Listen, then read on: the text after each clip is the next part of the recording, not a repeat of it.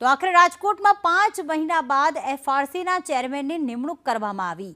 તાપીના retired principal district જજની નિમણૂક કરાઈ છે। ડિસ્ટ્રિક્ટ જજ નરેન્દ્રભાઈ પીઠવા નવા ચેરમેન બન્યા છે। આડેધડ ફી વસૂલાર ખાનગી શાળાઓ પર હવે બ્રેક વાગી જશે। 650 જેટલી ખાનગી શાળાઓની ફી હવે નિર્ધારિત થશે। થોડા દિવસ અગાઉ કોંગ્રેસ દ્વારા આ જ મુદ્દે વિરોધ પણ કરવામાં આવ્યો હતો।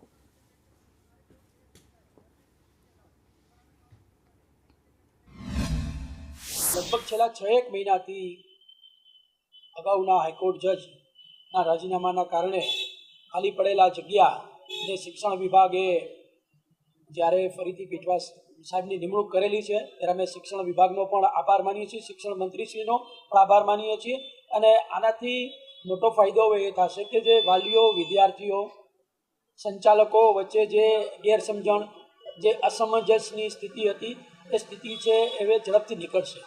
अमे एफआरसी ने खास विनंती करीए छीए कि जेटली बने एटली झड़पथी फीનું निर्धारण थाय, केम के 2024-25 અને 25-26 એટલે ગયું વર્ષ અને આ વર્ષ 2 વર્ષની ફીનું નિર્ધારણ જેટલું ઝડપથી થશે એટલા વાલીઓ અને સંચાલકો વચ્ચેનું ઘર્ષણ છે ઓછું થશે। સાથે સાથે વિદ્યાર્થી સંગઠનો સાથેનું પણ ઘર્ષણ ઓછું થશે।